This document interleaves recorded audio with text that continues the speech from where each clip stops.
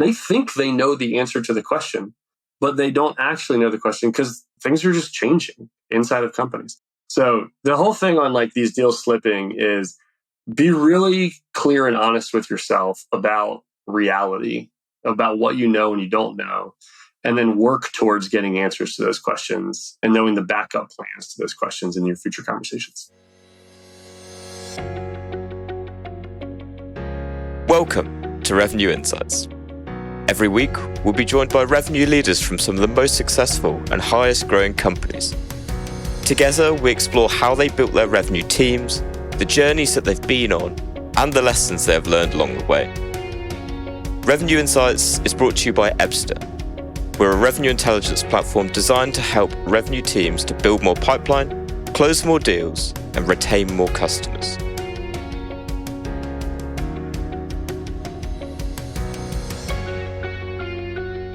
Hello there. You are listening to Revenue Insights. Today, my guest is Brad McGinity. He's the Chief Revenue Officer at Hone.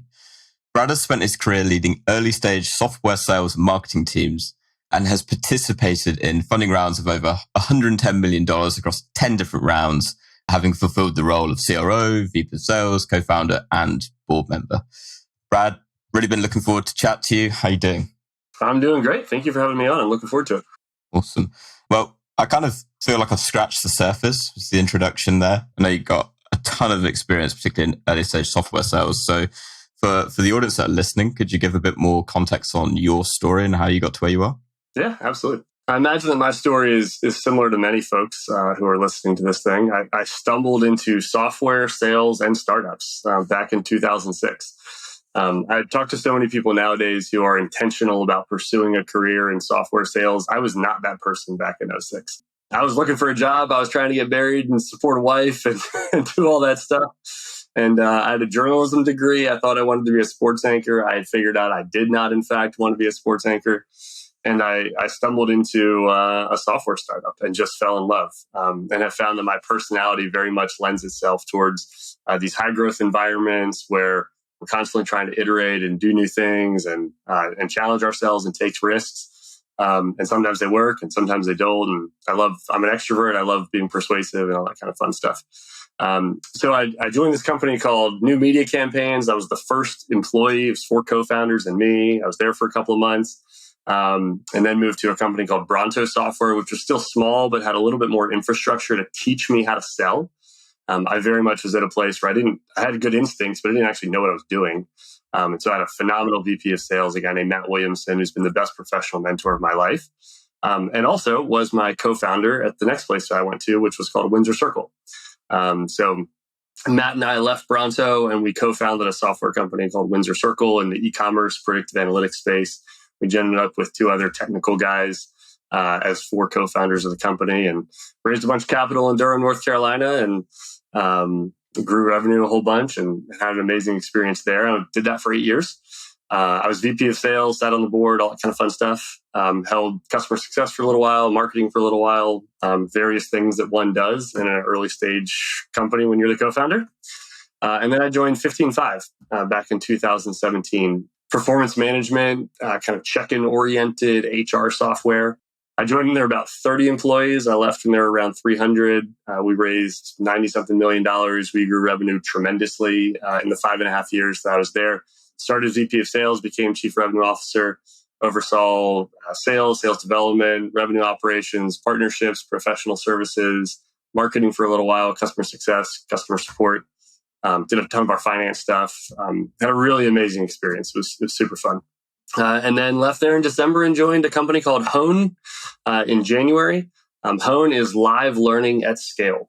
We have an amazing technology that brings facilitators and coaches in to teach interpersonal and kind of power skills. People call them soft skills. We now call them power skills. And so it's a really cool cohort-based model. The training is super effective at teaching people how to be productive and as individual contributors and be fantastic managers and leaders in their roles. So I joined in January and we're sitting here in May, about 5 months in. I'm Chief Revenue Officer, oversee sales and account management, sales development. Perfect. And I guess it makes 2 of us that studied journalism and then decided, nope, this is not the one for me. Also was going to go down the route of, I want to be a sports broadcaster. And well, Apparently software sales is the way to go. So, same thing. Well, yeah, it's close enough, right? So, aside from that, before I digress too much, now you're coming in at Hone and got a really rich and diverse background coming into it. How are you envisioning that the sales process is going to look, and how are you shaping it up based off of your previous experience? Oh, such a good question. So, like many companies, Hone is in the process of moving up market. We have found that our larger customers, they create better land and expand opportunities. They're stickier over time. The CAC, the LTV to CAC numbers are a lot healthier than they are with our SMB customers. It's more cost efficient to support them. All the unit economics are better as we move up market. And so our sales process continues to evolve and change, certainly at Hone. One of the most important things that we've done recently, which is something that I can't advocate for strongly enough for organizations that are wrestling through this decision, is that we cut off SMBs. If you're coming in and you're in our SMB employee count range, we say, sorry, we're not the right fit for you. Here are a couple of other companies that could be a better fit for you. And we don't work with them. And it's hard to look at potential sales and say no to those. But that's what we've done. And it's brought a lot of focus and discipline into how we continue to evolve and build processes and evolve and build messaging and the whole go-to-market process around it.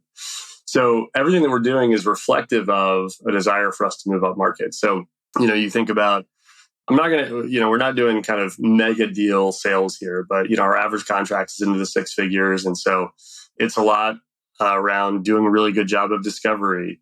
Our solutions consultants, we call them learning strategists, given that we're in this world of learning and development. They play a very consultative role. They're not demo jockeys. Like, they're understanding the customer's current learning landscape and how they want to improve that and what the competencies are that they're trying to develop in their team. And they're being very thoughtful and prescriptive. And it's not a super salesy conversation, because our customers want an advisor. They want a consultant who can partner with them and help them drive towards business outcomes. And so our account executives are doing a good job of evolving into that process. But it certainly looks different, and it requires a good deal of discipline and kind of cross-functional coordination as you get different roles involved in that process.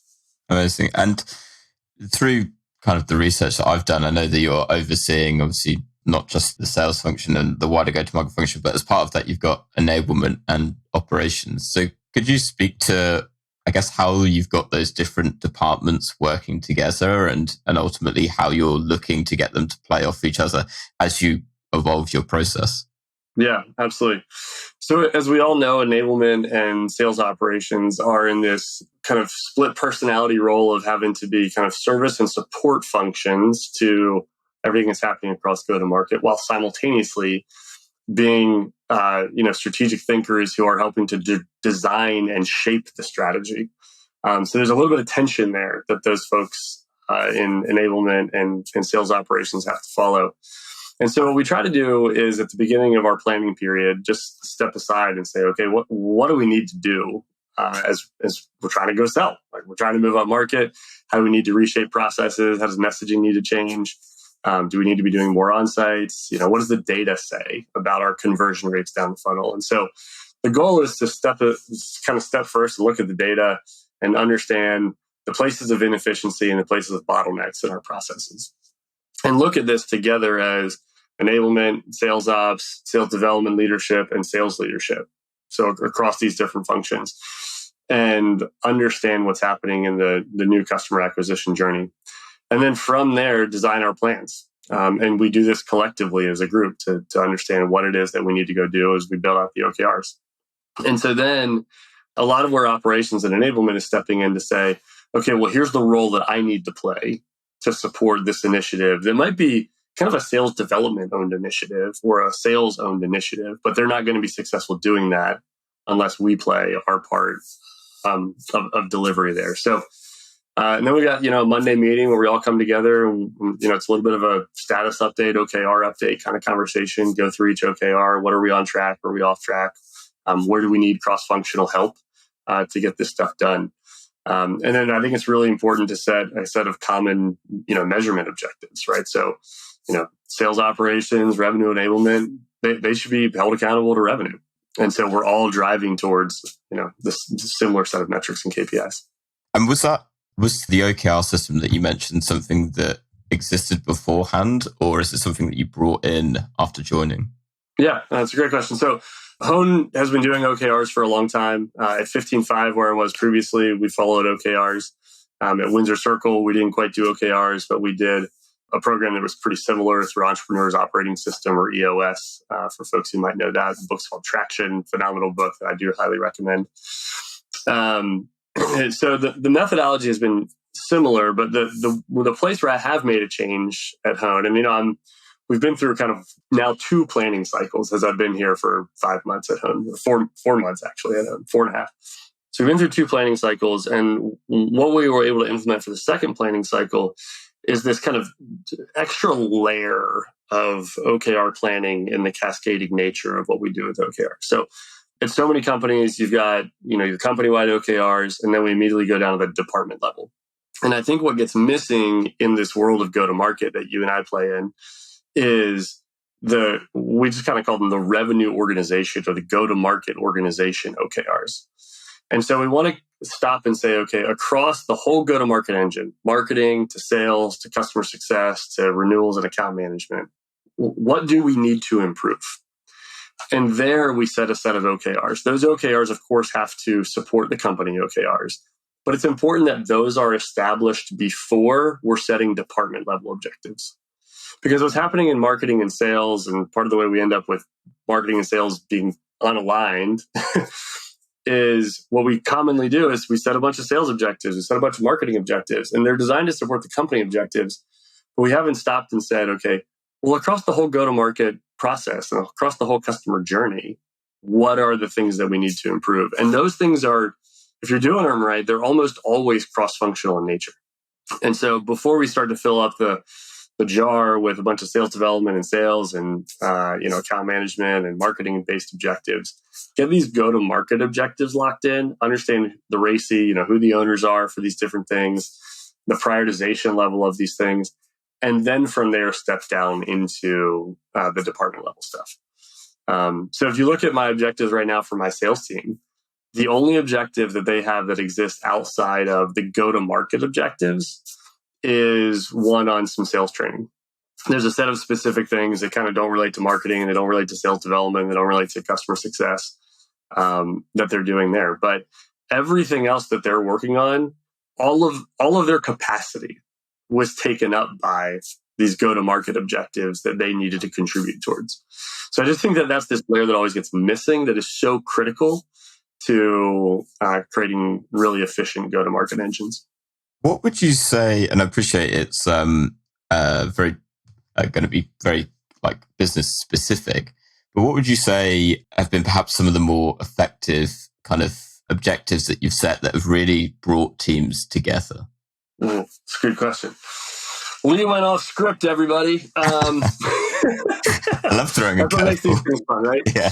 Really effective objectives. So, this would be classic, but I think it is really critical, which is the auditing of messaging and positioning work to understand, okay, what are our differentiators? I think oftentimes we get caught up in the world of differentiators against specific vendors. I really like category-based differentiators. There's always substitutes to what you do, right? And so can we look at a category rather than a specific company and get really clear on what are the differentiators there? So the messaging work is getting really clear on, the 3 to 4 points of value that my product delivers, the 3 or 4, differentiators against the different categories that we compete against. The 3 or 4 pains that are most important for the persona that we sell into. Developing that stuff, we can argue it's a product marketing job, but they're not operating in a vacuum, right? They need to be partnered with sales and sales development to develop that stuff. And so we do that kind of work and we get really crystallized on it. And then enablement has to step in and do a ton of training reinforcement. When you were in school, Lee, you were taught stuff in the classroom, you did homework assignments around it, and then you were tested. You sat down for a graded test or quiz to really understand that you learned the knowledge. What we do today is we like have people sit through like a 25-minute webinar, basically. Like, it's our own internal stuff, but it's a webinar basically. We chuck a bunch of PowerPoint slides up. Then we put our PowerPoint deck into like a wiki, and we're like, cool, we've trained them. They're good now. Yeah. It's like, that's not how it works, right?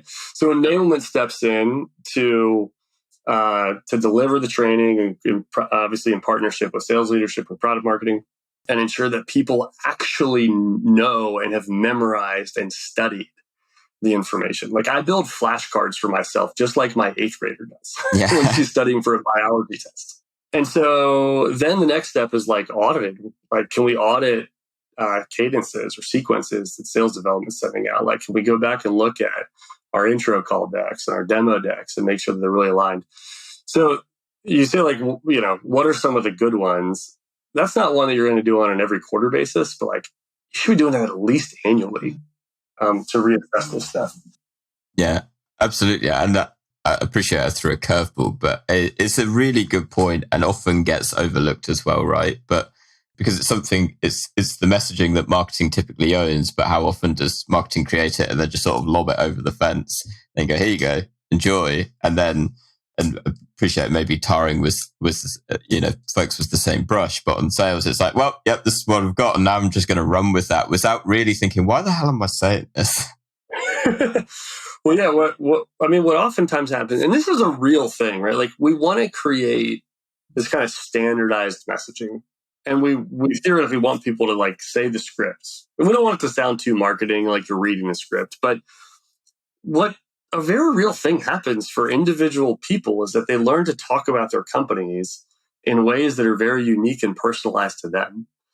And so we all recognize that nobody's going to just like follow and repeat the script every time. Fine.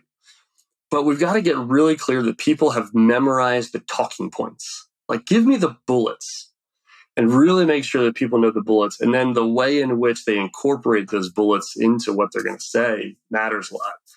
But people need to have some flexibility and autonomy. And it's super common that enablement, product marketing are all frustrated. Like, people are going off script. It's like, well, duh. Like, they're human beings. Of course they're going off script. And I've found this when, writing scripts for sales development and trying to write it where it's like, oh yeah, but they could just take off in this direction. And the thought that your sales development rep is going to look at it and go, well, they've gone off script. I mean, that's it. I've got nothing, right? It's natural that instinct would come in at that point. And so I find it's almost to your point, it's far more valuable having those pointers almost as guardrails, but ultimately allowing you to own what it looks like within those guardrails. Yeah, absolutely. It's very much about guardrails. Like, let me give you some frameworks to think about it. And then the reason I've hired you into this company is because I trust you. Like, I think that you have the capability to be great at this, or you already are great at this. Like, I don't want to cut you off at the knees in terms of bringing your own intellect and your own judgment into the conversation that you're in right now. But like, let me give you the guardrails to kind of keep you on track and make sure that you're not, overselling or underselling or using ineffective messaging. But at the same time, like, I got to give you some autonomy to be the vibrant, smart, capable person that you are. Yeah, exactly. Brad, I want to bring us back to something that you were talking about earlier when you were looking at your funnel, like across the whole, and looking for, the areas that you want to improve. And what sprung out that I'm quite interested in, and I appreciate you've been there, 4.5, going on 5 months now. What's one area that, through looking at the data that you've seen and gone, oh God, that's a real hole for us right now. And even though you may not have necessarily got to the answer of it, how are you trying to solve it at the minute? Yeah. So I'll give you two answers to this one. For us at Hone, the big opportunity for us to improve is around discovery. It's so foundational to everything that happens, especially in an enterprise sale, where you are more consultative and you are really selling solutions and not features. You can skip those things when it is a very straightforward, simple product offering, solving a point solution, solving a point problem. That stuff can kind of work. What happens, though, I think, and I've seen this over and over again in different organizations where I've advised or worked at, is that it's reasonably easy because people are curious to get somebody through some kind of qualification call into some discovery and then into a demo. whether you're doing a demo on call number 1 or call number 3 or whatever, like you can get people to that point. And then what happens at the end of every demo is, hey, this has been great. I'm going to go debrief with my team. We're the 3 of us who sat through this demo. We're going to go debrief and we'll get back to you. Crickets. Silence. Disappears, right? And so, obviously, there's things that we do at the beginning of that call, right? We name, okay, 3 potential outcomes from this demo, right? And I want you to be as clear as you can be when we get to the end of this thing 45 minutes from now, right? You've looked at it. We're not a fit. Just tell me. Yep. Like, don't just disappear on me. Like, just tell me that we're not a fit for what you need. You won't hurt my feelings. The second one is that you're going to say, this is amazing. Send me the order form. This is exactly what we're looking for. And then the third outcome is that you're going to go, oh, this is kind of interesting. I'm not quite sure. We need to debrief as a team. That's probably the most likely outcome because I've been doing those a lot and that's human nature. So that's fine. But let's go ahead and get that scheduled so that we can actually come back and get some clarity on where you are. Because the next step for us is to build a proposal and to give you more clarity on exactly what we're going to do and how much it's going to cost. But let's not have this thing just, drag on for months with you, having disappeared because you're too scared to hurt my feelings and tell me no. So much of what you're doing is you're setting the table for that, in your first call and your second call at the beginning of that demo call. And then when you come back to it, and of course, make sure you leave time at the end of your call to close well. We finish our demo with 90 seconds to go. We're like, now can we schedule the next call? It's like, manage the clock. You're the account executive here. Manage the clock, please. And so we come back to that and people have an understanding of what to expect. And hopefully you've done a good job of setting up that upfront contract. So there's a lot of training that happens there. We need to role play that conversation with our account executives repeatedly. And what is really important is that your account executive needs to be able to close for a very clear and definitive next step after that stage. It can't be vague. It can't be, well, maybe we could do this, or maybe we could do this, or maybe we could do this. Like, let's just have a debrief call, right? It needs to be the step after this is that we're going to have this meeting. It's going to deliver this value to you with these outcomes. And that's the next step of this process. The person can argue and say that that's not what they want to do. Fine. But you have to control the conversation and lead this dance and be very definitive and clear, because that's what continues to keep your customer engaged. I really like the thing that jumps out to me from that is really the consistency that you start to embed in your account executives, in your sales process as a whole. So outside of that very specific stage, how do you actually create consistency in your sales process? Are you deploying a methodology like a lot of businesses do? Are you on the side of, no, hate methodologies, throw that out the window? What's your belief? I love this one. It all starts with the opportunity stages being really clearly defined with entry and exit criteria. Like you need to have a place where you've written down stage 1, stage 2, stage 3, stage 4, what you're doing in that stage, and what has to have happened in the past tense. It has to have happened before you can move your deal to the next stage. And I understand that there's 2 parts to that. Like, there's one, like, there's real life, what's actually happening in the customer conversations, and the fact that you're doing elements of call 4 and call 1 and all that kind of stuff. Fine. But what's happening in your CRM in terms of how you're moving a deal from stage to stage to stage has to follow this process. And as much as I want every account executive to inspect every single deal and follow this religiously, they're not going to. And the key linchpin in here is the sales manager. The frontline sales manager has to be the person who is policing this and driving the accountability. Can't be the VP. It's not the CRO. I want it to be the sales rep, but it's not real life. It has to be the sales manager who's inspecting the deals and going, you have this thing at proposal stage. Let's ensure that you've done the other steps before proposal stage to ensure that we're there. When this is driven home in one-on-ones every single week during pipeline review, that's when you start to get the reps actually following the consistent process. The most important thing that a board wants, that the CEO wants, that the CRO wants, is to hit forecast. In a weird, like, I don't know, it's 1A, 1B kind of thing. Like, sure, hit the goals, great. But, if I walk into a board meeting and I've exceeded my goals and I've missed my forecast, okay, fine. They're going to be annoyed with me for missing forecast. but they're going to be happy that I hit goal. But if you miss goal, you better damn well hit forecast.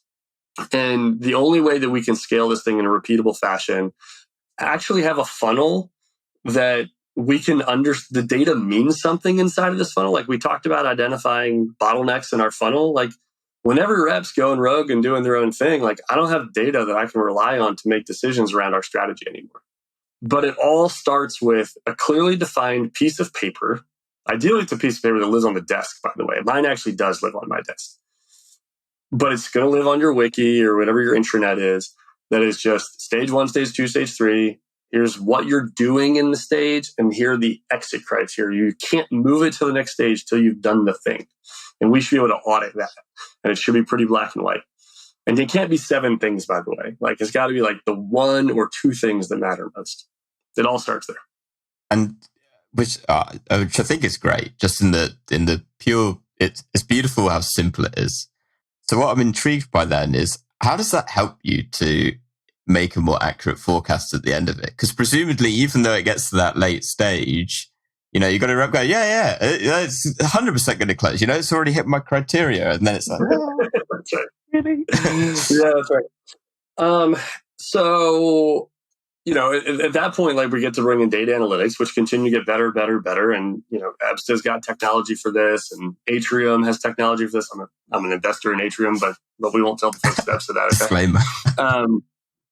Gong is now trying to do stuff around this, right? So we got all this different technology that helps you with kind of probability by stage, which is great. And so we're going to have some technology that's going to give us a forecast number, which is one data point. Now, I personally am a fan of, as you get close to the end of your period, quarters, year, whatever your kind of your cadence is there. We operate on calendar quarters, fiscal quarters at home. I'm okay with the rep overriding the probability that's in Salesforce. And where that becomes most important is where they're saying, okay, I'm actually 85% confident this deal is going to close, but I'm only 50% sure it's going to close this quarter. Like there's another chance it's going to close next quarter. So I'm actually going to mark this thing down appropriately so our weighted forecast will reflect the fact that for this quarter, we're kind of 50-50 on this sucker. So it should be reasonably rare that we're doing that. Hopefully you've got enough opportunities across all of your reps, across your whole funnel, that while any given deal is a 1 or a 0, it's you're going to win it or you're not going to win it. You could theoretically win it for less money, or you can win it for more money and get a little variation there. But it's a 1 or a 0. But across the whole portfolio of deals, you're going to end up with something that is reasonably accurate across them. Yeah. Super interesting, like how you start to approach that. So if we think, and what actually comes to mind is getting to, just in the stages before getting to that point, and I wonder whether what you were talking about before in terms of consistency starts to tie into this. So as it's getting to those later stages of the sales process, one of the biggest things that comes up a lot on the podcast is around deals actually slipping. And how do you approach either preventing that, reducing that? How do you approach that problem? Yeah. So let's talk MEDDPICC for a second. MEDDPICC. I do not believe that MEDDPICC or MEDDPICC is a sales methodology. I love it, but it's not a methodology. It's a checklist to audit your deal. And the best thing that gives you is clarity into reality. Like, do I know who the economic buyer is? Yes or no? Am I talking to them? Yes or no? Right? Am I engaged with them? Great. It's like, I don't even know who they are. I at least need to accept reality and now work towards developing a relationship with my economic buyer. So this whole thing of deals slipping, it starts with us understanding a lot of the details in MEDDPICC or MEDDPICC and having clarity on them. And I think MEDDPICC is better because it's the paperwork process that's missing in MEDDPICC, which is why deals slip. And especially now, part of where deals are slipping is because the CFO is ultimately the decision maker on every single deal. And it's got to go to this buying committee inside of the finance team for final approval. And that is slowing everything down. So the question for the sales rep is, hey, when's this deal supposed to close? Is anybody going on vacation? Are all the people that we need to talk to going to be around and working? What does the paperwork process look like from a procurement perspective, which is both legal and InfoSec. Like it's not one of those two things, it's legal and InfoSec. And what is the process to get budget reauthorized? Because people are like, oh, I have budget for this. Like, yeah, you do until you actually want to go sign the contract. And then they tell you that you don't have budget anymore. So like you have to get budget reauthorized. How long is that process going to take? Has your buyer actually bought stuff before?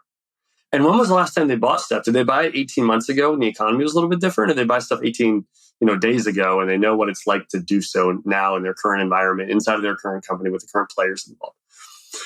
Most of the answers to those questions by your sales rep, if their sales rep's really honest, are going to be, I don't know, right? And so now, great, we've accepted reality. We're not fooling ourselves, which is the most important thing. Don't fool yourself. And so now we can talk about that deal and say, okay, well, we got a 90% chance of getting it done, but this quarter it might be 30%. And then now, because you have this checklist of things that you actually don't know the answers to, now you can begin a strategy of getting the answers to those questions. And unfortunately, our main points of contact oftentimes on our deals don't have the answers to the questions. They think they know the answer to the question, but they don't actually know the question because things are just changing inside of companies. So the whole thing on like these deals slipping is be really clear and honest with yourself about reality, about what you know and you don't know, and then work towards getting answers to those questions and knowing the backup plans to those questions in your future conversations. I love that it begins at the beginning, because very often it's like, oh, well, what can I do as it nears towards the end? And then all of a sudden you're panicking and it's just like, oh my God. And by that point, it's too late, right? That's right. And so final question then, Brad. What is one book that you would recommend to other revenue and sales leaders? Yeah. My favorite sales book is, again, it's not a methodology, it's more of a philosophy book. And it's The Challenger Customer. A lot of us read The Challenger Sale back in 2012 and 13 when it first came out. It's a great book. The sequel is better. The Challenger Customer is kind of follows the same methodology of Challenger Sale. Challenger Sale is you got 5 personas of seller. Challenger Customer is you have 7 personas of buyer. One of them, well, kind of 4 of them are just kind of ineffective entirely. But in those 3 of the 4 that are ineffective, they're kind of tricky. Like one of them is the friend. The friend might tell you a lot of information. You think they're an amazing point of contact who's your champion. And they may love you, but their coworkers don't trust their judgment. And so therefore they ignore the recommendations of this person who you think is your champion, but is actually your friend. And you got these other 3 personas of buyer who are super effective at mobilizing people to get stuff done. So they call that group of people your mobilizers. You have a skeptic, you have the teacher, and I can't remember the name of the last one there, but there's 3 phenomenal profiles in there. So that's really great. And then the second part of it I love is it just simplifies a buyer journey, which is define the problem, define the solution, pick the vendor. That's what buyers are doing. What is the actual problem here that I'm trying to solve? What does the solution to that problem look like? The solution is your categories. Right? Like, I'm really tired this morning because last night I got 4 hours of sleep, which is a true story because of a flight delay. That's my problem. I'm very tired. What is the solution? Is it a nap? Is it an energy bar? Is it a cup of coffee? Is it a Red Bull? Like what is do I need to go on exercise? Like what is the solution to my problem? Great, it's coffee. Cool. Am I going to have my coffee in a latte? Am I going to have it just like straight up an iced coffee? Like whatever. So pick the vendor as the last step of this thing. We as sellers so oftentimes spend all of our time picking the vendor. We just sell our features. We sell our, but part of what the book talks about is how you have these buying committees. They themselves have not actually agreed on what the problem is they're trying to solve. Therefore, they can't make high quality purchase decisions and deals stagnate all the time because you're sitting there telling them how your features are so amazing, but they don't actually agree on the problem they're trying to solve. And so you as a seller have to go backwards and teach your mobilizer to get this whole buying committee to stop and step back and say, what is the problem that we're actually trying to solve for here? And then you can move into, okay, great. Well, what is the solution to that problem? And the hardest part of the 3 steps of define the problem, define the solution, pick the vendor, the hardest of the 3 steps is to define the solution. We can agree that I'm tired. Cool. Let's say my wife and I are doing this. If we agree I'm tired, there's no doubt about that. Well, what's the solution? I want to go take a nap. And she's like, dude, you can't take a nap. We got 3 kids and I need you to be a hands-on father for those 3 kids. You can't take a nap. You just need to drink a Red Bull. I'm like, Red Bull is terrible for your body. It's full of chemicals. I don't want to drink a Red Bull. And we're fighting over what the solution to the problem looks like. And then we actually decide it's a cup of coffee. And now picking the cup of coffee is the easiest part of the whole process. Pick the vendor is the easiest of the 3 steps. So anyway, my favorite book is Challenge Your Customer. And it's because it clarifies this process and it helps you to develop messaging and content and sales talk tracks and a mindset for your seller that takes them backwards in the process to defining the problem. Because your buyers haven't actually agreed on what the problem is. So you're in there like, look at my amazing feature set, and deals die because the customer hasn't agreed on the problem, let alone the solution. I love that. So, soapbox, but I love it. Maybe just buy all of the above to solve the tiredness. That's right. Brad, it's been an absolute pleasure having you on. Last thing before we go, for anyone listening, if they've got any questions or want to connect, where can they find you? Best place to be LinkedIn. Turns out I'm like the only Brad McGinity on the internet. And so linkedin.com/McGinity. There it is. Don't forget that second I. It is hiding out there. But Brad McGinity on LinkedIn. And would love to chat and keep the dialogue going online. Amazing. I'll put links down to that, as well as the Challenger customer. And you mentioned Traction as well, down in the show notes below. Brad, thank you so much again for your time. It's been an absolute pleasure. And to everyone that's listened, we'll catch you next week. Thanks, Lee. Thanks for listening to Revenue Insights. If you want to learn more, subscribe to our newsletter and we'll deliver every episode straight to your inbox. If you have any questions, feel free to connect with us on LinkedIn. Our links will be in the episode notes. See you next week.